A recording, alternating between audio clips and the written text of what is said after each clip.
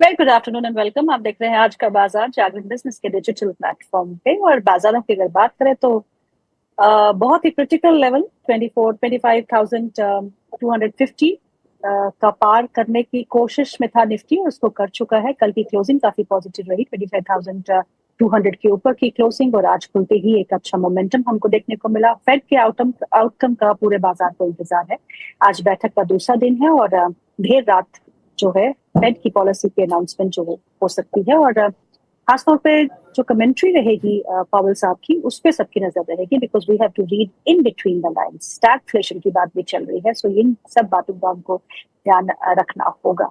और इंडिया और यूएस के बीच में टैरिफ्स को लेके कुछ पॉजिटिव न्यूज निकल के आ रही है, तो ऑप्टिमिज्म जो है वो मार्केट्स में खासतौर पर रिफ्लेक्ट कर रहा है। आप टेक्सटाइल स्टॉक्स देखे, आप फूड प्रोसेसिंग श्रिम्प से जुड़े हुए स्टॉक्स देखे, या फिर आईटी जहां पे थोड़ी बहुत बॉयंसी जो है वापस लौटती हुई दिख रही है। इस समय जो है निफ्टी 93 पॉइंट्स अप कामकाज करते हुए, और सेंसेक्स में करीबन 300 अंकों की मजबूती देखने को मिल रही है। बैंक निफ्टी बहुत दिनों के बाद एक अच्छा प्रदर्शन करते हुए 55,337 के आसपास का लेवल है, यहाँ करीबन 200 पॉइंट्स की मजबूती देखने को मिल रही है। मिड कैप पॉजिटिव में है, लेकिन आउट परफॉर्मेंस जो है लार्ज कैप की तरफ से देखने को मिल रही है, और स्पष्ट रूप से होना भी चाहिए, बिकॉज एफआईआई के आंकड़े जो है थोड़े बहुत पॉजिटिव होना शुरू हो चुके हैं।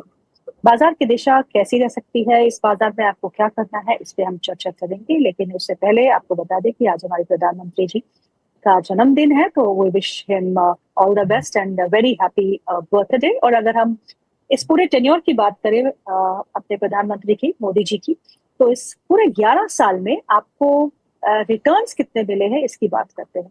और रिटर्न्स की बात करें तो निफ्टी ने आपको 233% का रिटर्न दिया है पिछले 11 साल में, 243 का।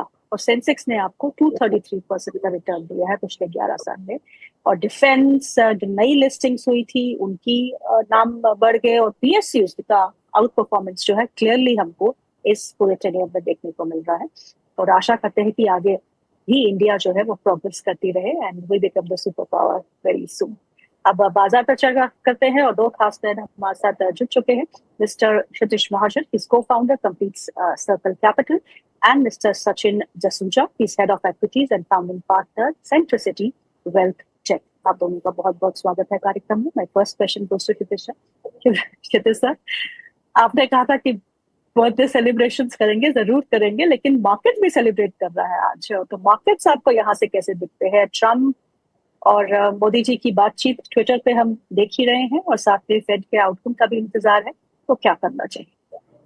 Well good afternoon Geetu, good afternoon Sachin. I believe जो आपने स्पेक्स दिए हैं 225% के, मैं ये बोलूँगा दैट पिछले 10 साल में आपका जो निफ्टी है वो सेंसेक्स हो गया है। बेसिकली निफ्टी 6,500 था जी। जब मोदी साहब पावर में आए, और सेंसेक्स के 24,000 के आसपास था।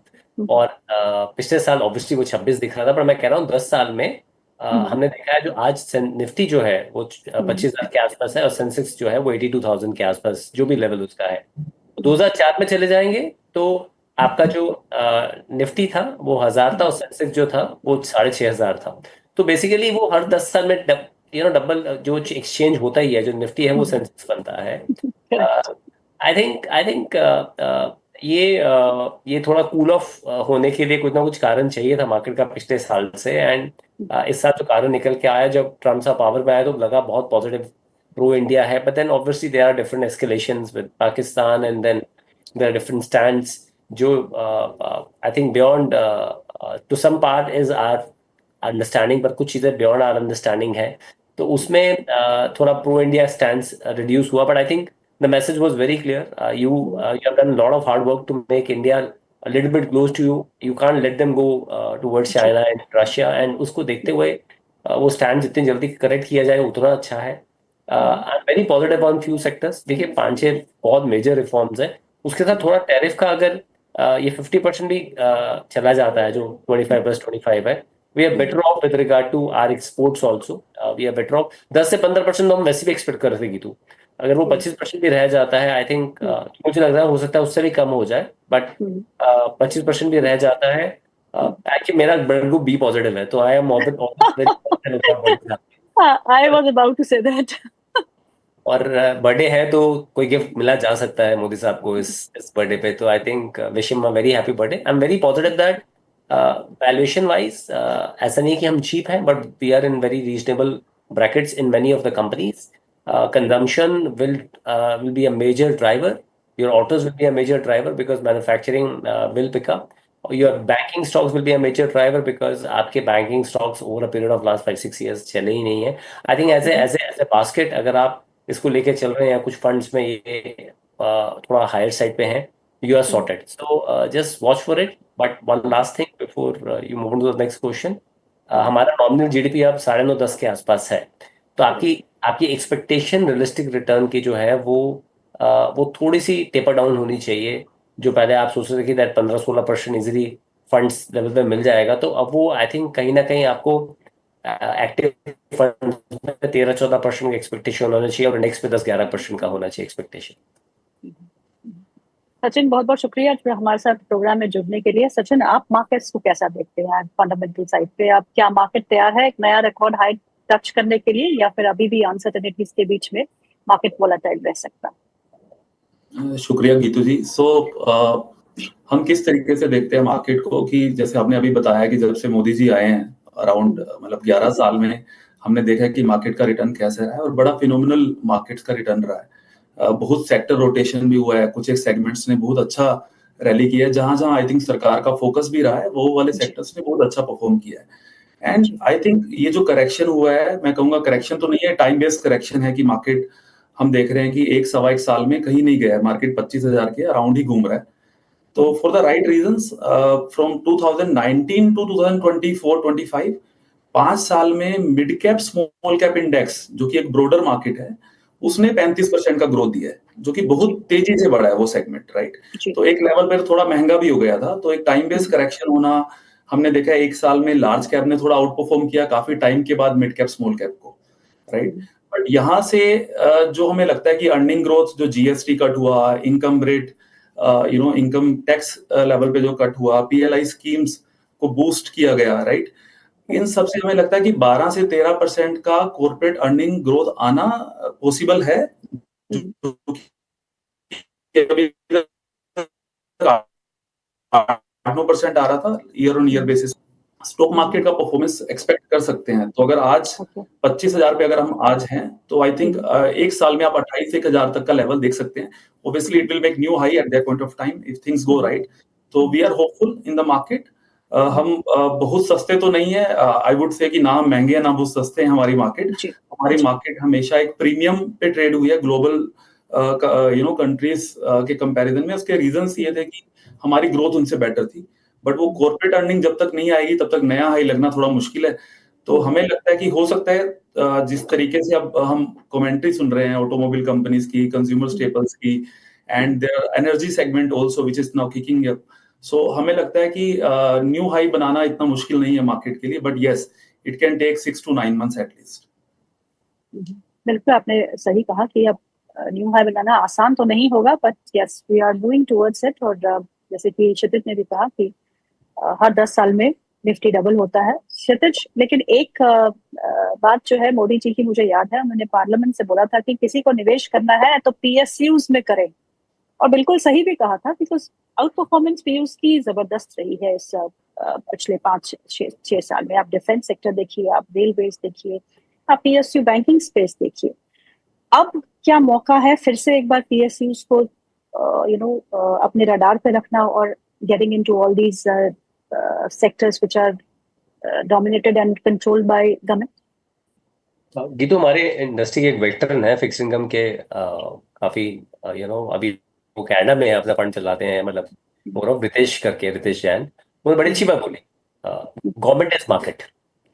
So basically wherever whatever government is doing, market will reward that. सो आपका पोर्टफोलियो अगर गवर्नमेंट पॉलिसीज के साथ अलाइन नहीं है तो कहीं ना कहीं वो अलाइनमेंट पे क्वेश्चन मार्क, जो आपके परफॉर्मेंस पे क्वेश्चन मार्क आ सकता है या अंडर परफॉर्मेंस आ सकती है। अगर गवर्नमेंट कह रही है कि मेरे ये 14 पीएलआई स्कीम्स हैं, प्रोडक्शन लिंक्ड इंसेंटिव स्कीम्स हैं, तो मेरा पोर्टफोलियो उनके साथ अलाइन होना चाहिए। अगर गवर्नमेंट कह रही है कि मैं टॉप गियर डाल रही हूँ अपनी गाड़ी में, जो मैं कंजम्पशन को पुश कर रही हूँ, मेरे रेट ऑफ इंटरेस्ट कम है, मैं रेट काट रही हूँ, ईएमआई कम हो रहा है लोगों का, मैंने कैश इन ज्यादा दे दिया है, इनकम टैक्स टैक्स में बेनिफिट्स देखे आपका बजट में, एट ए सेम टाइम मैं जीएसटी कट कर रही हूँ। तो आपको जो चीजें लेनी है, अब वो नहीं होगा कि बाइक में आपके पैसे बच रहे हैं या कार में बच रहे हैं तो वो वापस उसी सेक्टर में जाएंगे।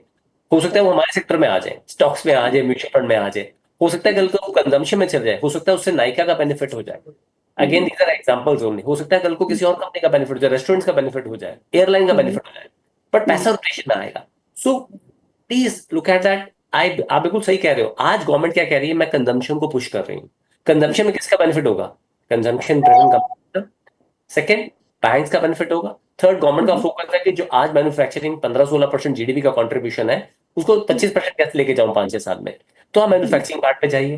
गवर्नमेंट का फोकस है मैं रेलवे को रिवैम्प करना चाहता हूं, तो आप रेलवे पे जाइए। So government is market, I totally echo what you are saying.